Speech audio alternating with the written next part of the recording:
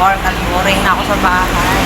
Ang hirap na wala palang trabaho. Ang hirap na walang trabaho guys. Nagtrabaho lang tayo sa farm. Ayan, nandito ako ngayon. Kasama ko yung kaibigan ko. Yung sabay ko mag-apply sa isang agency. Dapat i-start na kami sa July 15. Kaso parang ayaw ko nun mga idol. So ayan, maghahanap pa tayo ng ibang agency. Try natin dito. Ayan, nandito ako ngayon sa rooftop na terrace. Ayan, makikita.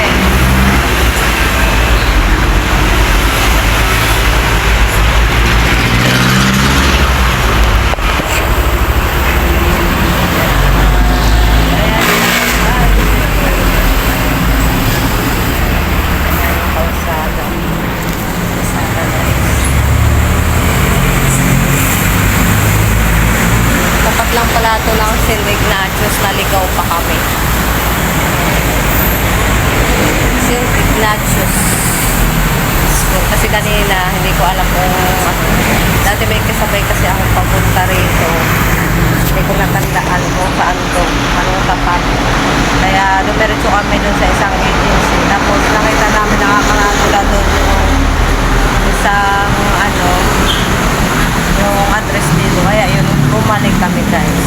Kaya pag may pupuntahan kayo, siguraduhin nyo talaga kung saang lugar para hindi kayo pabalik-balik. Kasi sayang ang pamasahe. Lalo na ngayon, ang hirap ng buhay mga idol.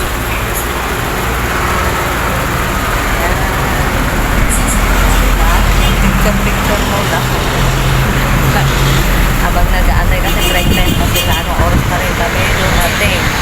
Dumating kami ay 1. Yung kasama ko na to. Dapat kanina pa ako kasi yung kasama ko nagpapasa pa ng requirements dahil sa ibang agency. Mas maganda yung maraming